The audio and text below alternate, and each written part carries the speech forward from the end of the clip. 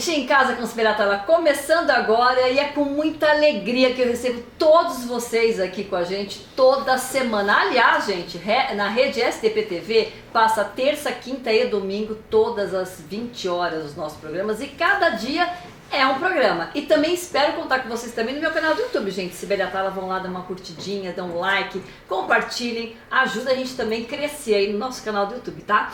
Bem, hoje eu estou recebendo uma pessoa que já esteve aqui com a gente, que é o Ito Katz. Ele é ator e ele faz um trabalho belíssimo há mais de 15 anos no Hospital Sírio-Libanês. E ele esteve com a gente aqui falando sobre um outro ponto e que ficou essa pendência pra gente, que eu acho importantíssimo dizer para todos vocês, que é sobre a doação de órgãos, o quanto é importante e eficaz para salvar vidas também. Mas para isso existem sempre regras, né? E a gente tem que respeitá-las. E para isso então nós estamos recebendo esse querido novamente aqui. Seja bem-vindo, viu, Ito? Puxa, o prazer é meu sempre, viu? Essa mesa maravilhosa, com essa apresentadora deslumbrante, né? Obrigada, Ito. Mas, Ito, fez um sucesso, meu filho, a nossa pauta da semana retrasada nas redes sociais, no nosso canal do YouTube, até mesmo também pela RSTP TV, foi muito bom também. E este assunto é um assunto muito sério, né, Ito? Eu gostaria que você explicasse mesmo, porque você é ator, queria que você desse essa prévia pra gente no começo. Apesar de eu não ser médico, né, e eu estou fazendo um trabalho com doação de órgãos, eu tenho que estudar. Eu tenho que ler, ver entrevistas, conversar com médicos, para a gente saber do que se trata, para a gente, na hora de fazer o nosso trabalho, a gente estar mais ou menos inteirado e passar a verdade, né? E a doação de órgãos é muito interessante, é uma coisa assim que às vezes é deixada de lado, mas é muito importante. Eu acho que assim, a doação de órgãos é o maior ato de amor e de solidariedade que uma pessoa pode fazer para outra, né? E o que é a doação de órgão? A doação de órgão é quando um paciente recebe um órgão ou um tecido de uma pessoa viva, de uma pessoa falecida ou dele próprio. Ah, pode ser dessa forma? Eu já achava que era só mesmo quando uma pessoa morresse que poderia se doar. Então, em vida, ela pode deixar um... Como é que funciona esse termo? Ah, sim. Uma pessoa viva. Que nem se eu quiser doar alguma coisa para alguém, tem que ser um parente até 4 graus de parentesco, ou um cônjuge, né? Eu poderia até deixar uma autorização judicial no cartório, mas geralmente são 4 escalas. E eu posso só doar os órgãos duplos, que é rim, uma parte do fígado, porque o fígado se regenera muito rápido, né? Uma parte do pulmão geralmente é para criança e medula.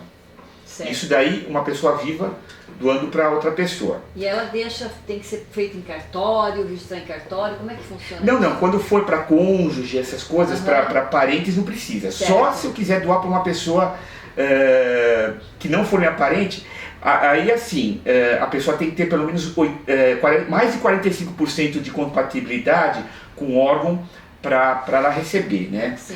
Agora, a grande maioria das doações são feitas com pessoas falecidas. Sim. Falecidas por morte encefálica, isso que é importante falar. Legal.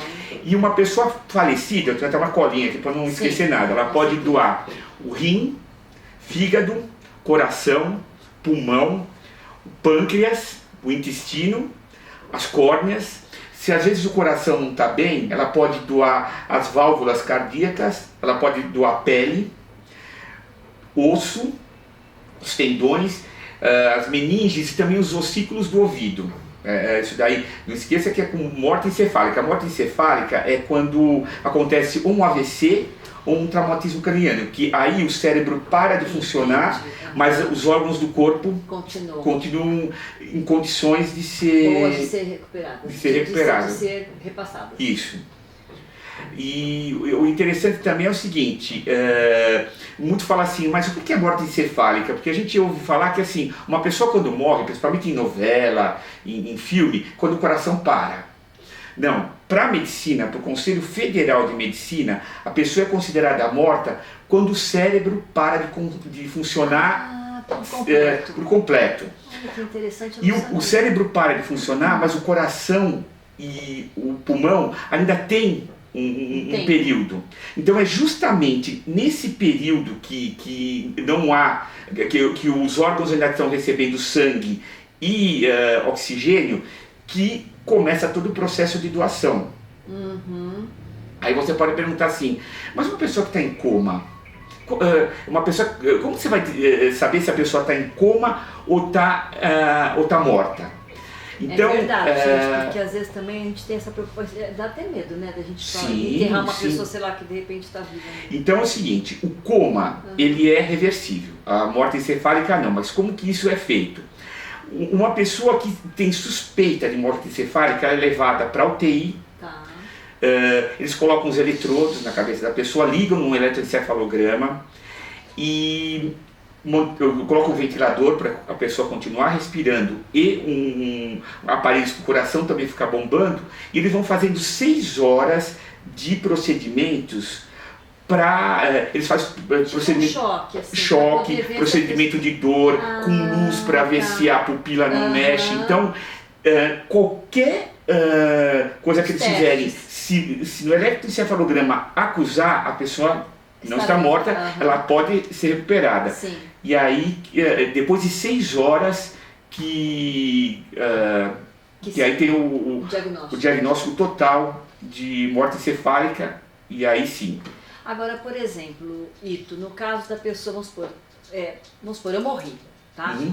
E se eu não deixei nada escrito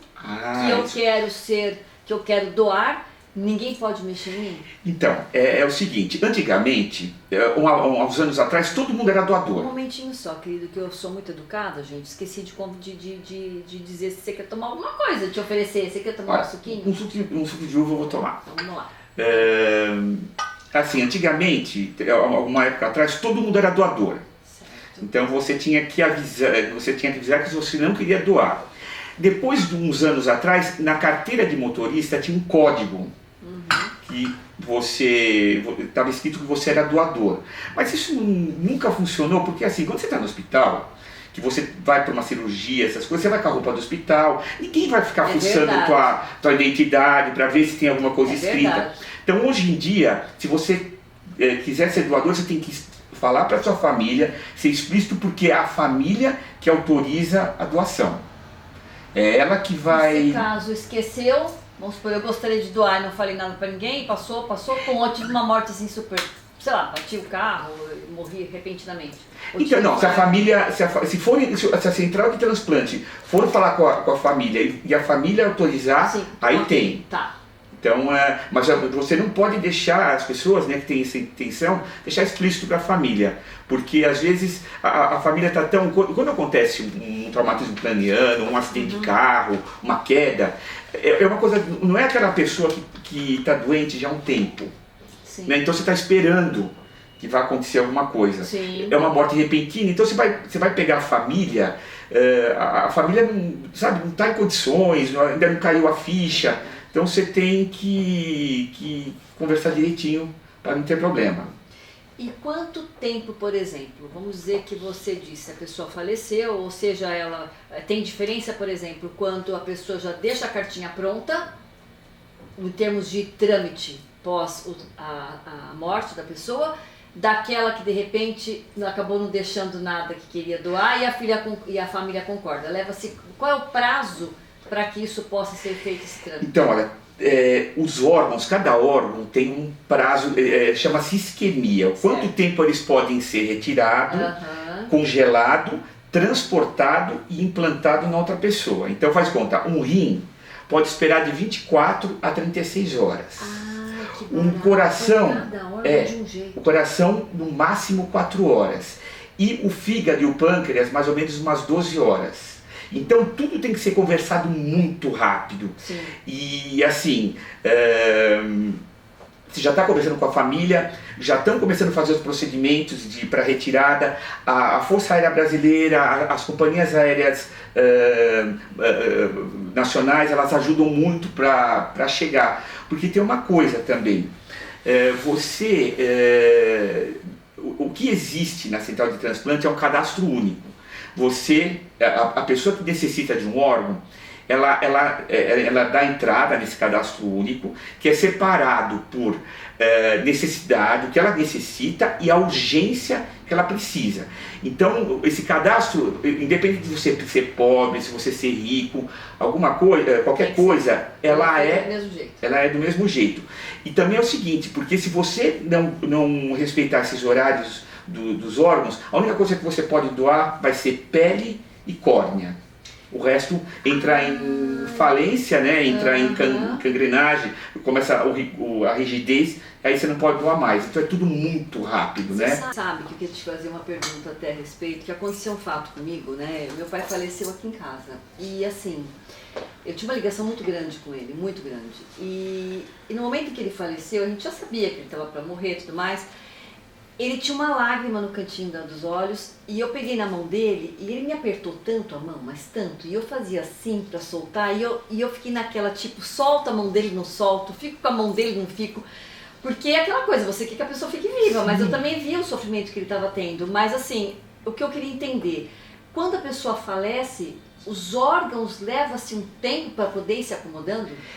Porque pelo que que eu leio aqui sobre doação, o que vai primeiro é a consciência, é o cérebro que vai desligando, a pessoa vai perdendo a noção, já não está sentindo mais nada, e depois aos poucos os órgãos vão indo. Por isso que talvez você ainda estava com ele lá, e talvez escutando o coração dele funcionar, ou ele respirar, mas provavelmente ele já não estava mais sentindo nada, ele estava realmente indo aos pouquinhos, estava desligando aos pouquinhos, então de cima para baixo. Sim. Geralmente acontece assim, né? Sim. E qual outra coisa que você acha que é importante de ressaltar dentro da nossa conversa em relação à doação de órgãos? E a importância que realmente isso cabe para a sociedade? Então, uma coisa que é importante é assim também, as pessoas ficam muito... É até meio estranho falar, né? A pessoa fala, mas se eu tirar a córnea da minha mãe, ela não vai enxergar na outra vida. Essas coisas já são... Tem muita gente que ainda pensa. E também o pessoal fica assim, se eu for doar os órgãos da minha família, do meu parente, e depois não vai ter velório, vai ficar no caixão todo aberto, o caixão vai ficar lacrado. Não, eles têm um compromisso, que eles fazem a remoção dos órgãos, mas eles têm que entregar a pessoa normal para o velório. O velório dura ao mesmo tempo, o caixão não é lacrado. Quem não sabe que a pessoa doou os órgãos não vai saber, então também não tem esse tipo de coisa. É sigilo, é uma coisa discreta. E uma coisa que se fala muito também, mas esse negócio de tráfico de órgãos, essas coisas. Provavelmente deve existir. Não, aqui no Brasil eu não sei. Isso tem muito na Turquia, Istambul, aqueles lugares lá mais no Oriente, né, em Marrocos. Aqui no Brasil, para dificultar esse tipo de coisa, cada coisa é feita por uma equipe que não tem comunicação na outra. O médico que faz o diagnóstico de morte encefálica não é o médico que vai retirar o órgão, não é a pessoa que vai fazer o transporte dos órgãos para o outro, e nem é o que vai reimplantar o órgão na outra pessoa. Então não tem muita conversa entre eles, a não ser a parte técnica, para evitar a formação de uma corrente, de uma quadrilha, alguma coisa. Isso não significa que não possa ter, né? Agora, o meu trabalho no hospital com relação a isso, com relação à doação de órgão, é numa outra parte. Vamos lá. A gente sabe que, assim, ultimamente, e por causa da pandemia, aproximadamente 50% das famílias só autorizam a doação de órgãos. Então, é uma quantidade muito limitada de órgãos que tem para a quantidade de pessoas que precisam. E desses órgãos, acontece também o seguinte, muitos não estão em condição. Se a pessoa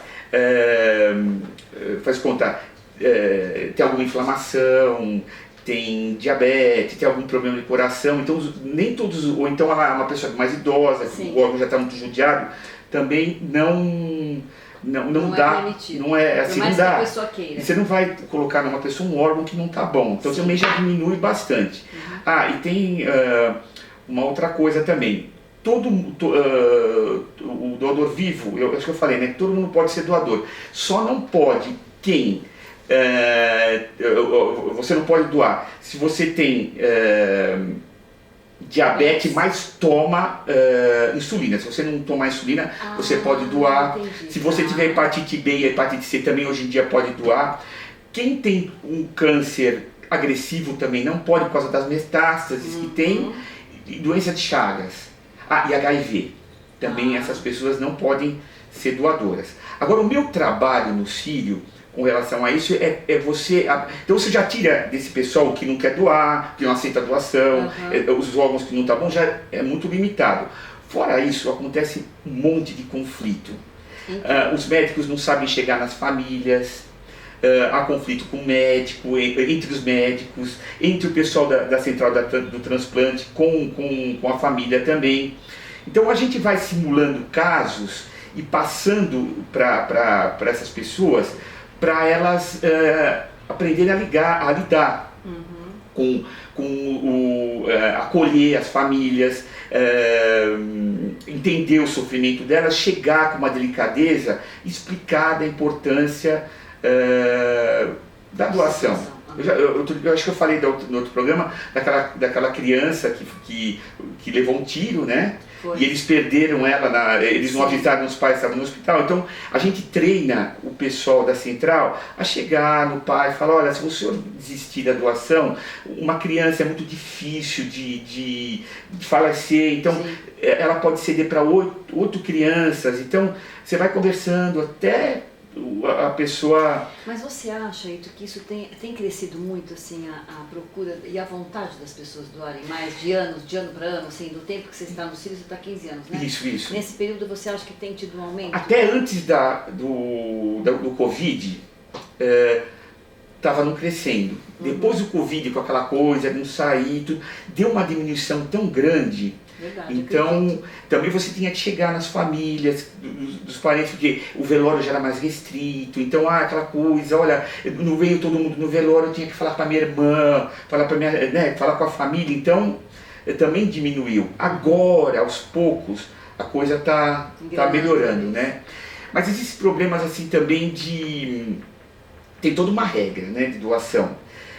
Outro dia a gente pegou um caso de um casal jovem que ele sofreu um acidente de moto, foi para o hospital, estava vivo ainda, né? A esposa deixou ele no hospital, foi para casa se trocar, tomar um banho para voltar, pegar os remédios do marido para voltar. Nesse meio, o marido ia falecer. E o hospital, vendo que ele era um rapaz saudável, tudo, já começou a fazer os trâmites de doação. Só que, na hora dele chegar para a esposa, falaram: olha, seu marido tem HIV, não vai poder doar. Ela falou assim: pô, mas eu não dei, eu sabia que ele tinha HIV. Eu não autorizei a doação. Quem me garante agora que vocês não anteciparam a morte do meu marido para tirar os órgãos dele? Então também você tem que treinar as pessoas, não se precipitarem, respeitar toda a regra, essas coisas. Uma coisa muito séria, né? Sim. Muito séria. Uma coisa que acontece é que o protocolo de morte encefálica, ele é cheio, daquelas 6 horas, ele é cheio de procedimentos. E às vezes os médicos, eles também não estão muito habilitados, eles têm um pouco eles acham que eles não estão muito aptos ainda, só que eles ficam escondendo isso, porque eles são médicos, né? Então chega um paciente para tirar os órgãos. Aí eles começam: não, mas olha, eu estou com a UTI cheia, eu estou com um monte de gente, eu não vou parar de atender a UTI para pegar os órgãos de uma pessoa, se eu tenho gente para atender. Mas às vezes é na habilidade que ele tem, também a gente treina isso. Entendi. Muitos médicos, eles ficam enrolando para deixar o outro de plantão, o outro para fazer, e aí já não vai dar mais, né? Aí já vai... É uma coisa muito, muito voltada a tempo. E também tem problemas legais. Uma coisa que aconteceu também, um caso que a gente pegou, foi, olha que coisa, a gente nunca vai imaginar. Tinha um rapazinho que ele era arrimo de família. Então na casa dele era ele, que trabalhava, tinha um plano de saúde, a mãe e o irmão. Certo. O irmão era viciado em drogas e era foragido da polícia. O que acontece? O irmão teve uma overdose, foi para o hospital. O irmão falou: nossa, eu vou entrar com o meu RG porque assim ele aproveita, porque senão a polícia vai lá, vai prender ele e tudo. Uhum. Só que o irmão também faleceu. Veio a central de transplante para o irmão assinar, o irmão falou, nossa, eu vou assinar porque o irmão agora vai fazer alguma coisa boa para alguém, nossa, né? Confusão. Só que quando eu vi os papéis, ele viu que era o nome dele, não era do irmão. Nossa Senhora. Como você vai perder uma pessoa, né? Então também a gente ensina a resolver esse tipo de problema legal, coisa que a gente nunca vai imaginar. Que parece da piada, né? Mas olha, o que a gente tem que ter em mente sempre, né? Para terminar aqui, se você tiver a oportunidade de assinar uma doação de uma pessoa, de um parente seu, Está em bom estado. sempre pensa assim, se você for enterrar ele sozinho, você pode estar enterrando outras de 8 a 13 pessoas. Então isso é uma coisa muito importante, uma coisa a se pensar. Então sempre tenha isso em mente. Sim, concordo com você. Ô Cláudio, tem quanto para terminar? Tem uns 8 minutos. Tá, você tem alguma perguntinha que você gostaria de fazer, alguma curiosidade? Não, assim, eu tô achando um assunto muito interessante, né? Porém, estava comentando com o Ito que antes as pessoas, antigamente, né, na época que minha mãe era criança, né? As pessoas estavam mortas, né? E de repente se levantavam, né? Tinha muita história disso. Né? Teve uma história até na minha família que aconteceu algo parecido. Queria que o Ito comentasse alguma coisa referente a isso, se ele sabe. Então, uma tia minha sempre conta isso também, que uma vizinha dela faleceu e ela era doadora de órgãos, e quando começaram a fazer o procedimento, foram fazer um corte nela, ela reviveu. Eu acredito que isso, pelo que eles contam lá no hospital, que essa pessoa estava em coma. Ela não tinha morrido, né? Então, ou então aquela coisa que é catalepsia, que eles falam, né? Que hoje em dia acho que é uma coisa que já não... que é a pessoa que acorda depois de um tempo, né? Mas hoje a medicina está tão avançada. É verdade, tá né? tão Eu acho que isso já não existe mais. Tanto que os velórios hoje em dia já não duram aquela coisa que ficava a noite inteira, né? Mas a gente já ouviu falar muito disso daí, é uma coisa muito... Ah, e uma coisa que eu esqueci de falar também, que a doação é gratuita, viu? Ah, é? Ela porque é o SUS que faz. 96% das doações é feita pelo SUS, então não é cobrado nada, é todo o aparato do governo que banca isso daí. Agora aí, também uma curiosidade, né? Porque como eu sempre falo que você é ator, né?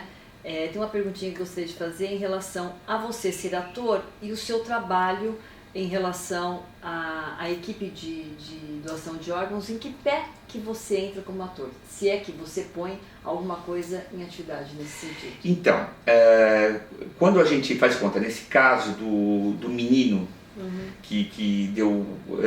a gente vai com um caso lá, eu no caso sou o garoto, então eu entro, o pessoal desse caso eu estou treinando o pessoal da central de transplante. Sim. Eles entram para conversar comigo, para propor, e eu vejo o documento e percebo, né, que o nome é o meu que está lá, não é o do meu irmão.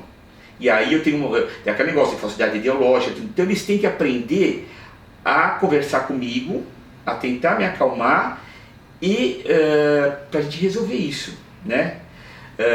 No caso da moça lá, do marido também, eles têm que chegar, me explicar. Mas você acha que o papel do ator, no caso de você ter essa desenvoltura a mais, de repente, você acha que você faz um diferencial em relação a isso, por você ter estudado essa área da atuação? Porque assim, a gente, na verdade, eu não tô fazendo uma peça de teatro com começo, meio e fim. Sim. Eu tô treinando as pessoas, a gente só tem um pouco mais de sensibilidade para entender se ele está chegando em mim, como ele está tentando resolver, porque assim, vai acontecendo o roleplay, é filmado, tem o psicólogo vendo, tem outros médicos vendo. Quando a coisa não está saindo bem, se para, eu tenho o direito de explicar por que eu não estou reagindo do jeito que eles queriam, e eles também.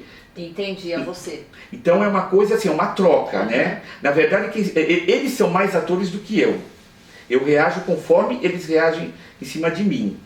Então, assim, a gente pode fazer o mesmo caso 10 vezes com 10 médicos diferentes. toda vez é Vai ter diferente. uma história diferente. Porque... Não, e uma reação Sim, diferente a dos reação. médicos.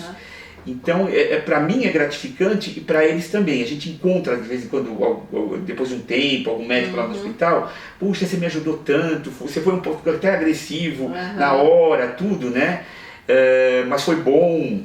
Então, essa parte sensível, feedback, né? Legal. porque a gente é assim, a gente é como se tivesse a família sentindo as coisas, mas a gente não é o personagem real que não vai conseguir negociar com a pessoa, né? Tem esse tipo de coisa também. A gente tá lá para ajudar. Eu passo com uma família real, essas coisas, talvez dá mais trabalho, dá mais tempo, tudo. E é só um curso para eles irem levando isso para a vida deles, né? Sim. Então eu faço isso com doação de órgãos, com a Má Notícias que eu fiz, e faço também com cuidados paliativos, que também é uma coisa que é muito interessante, né? E vai se expandir para outras áreas também. E eu fiz um trabalho também, que um dia eu queria também falar sobre isso. Hoje em dia, até para criança, existe... hoje em dia os médicos também conversam, crianças que têm doenças terminais, eles conversam com as crianças, tem uma conversa para conscientização de criança também. Antigamente era com o pai, com a mãe. Agora é diretamente com a pessoa. Também com a criança, né? Porque os pais geralmente querem poupar as crianças e às vezes isso é ruim. E vocês orientam de uma forma mais profissional e de uma forma mais abrangente, onde essa criança também consegue. Então a gente faz papel de criança, não me visto de criança, nada, mas eu tenho reações que uma criança ia ter. Entendi. Então é muito interessante isso daí. É o trabalho do ator em outras áreas, né? Podendo ajudar pessoas, muito né? Bacana. Agora deixa eu falar uma pergunta, a gente está finalizando. Você quer deixar seus contatos? Quero te agradecer mais uma vez pela sua participação com a gente. Nossa, eu agradeço muito, né? O meu celular é 11, né? 983859815. O meu YouTube é Itucats. Lá tem todos os meus vídeos, todos os meus trabalhos, né? E meu Instagram é @Itucats. Então lá que a gente mostra um pouco do trabalho da gente, né? Nesse meio que é um meio tão limitado, meio artístico, cada vez mais difícil, né? Verdade. Vamos dar uma brindadinha à sua vida, à saúde, à doação de órgãos, que a gente possa também ter mais consciência sobre isso também. Outra coisa, gente, entre no meu canal do YouTube, Cibele Atala, deixa lá seu like, né? Dá uma força pra gente também lá, né, Cláudio? Isso aí, tem que ajudar a gente. E também no meu Cibele Atala, também consultora de moda Cibele Atala, também me sigam por lá também, que será um grande prazer. Beijos pra vocês, até o próximo vídeo. Tchau, tchau.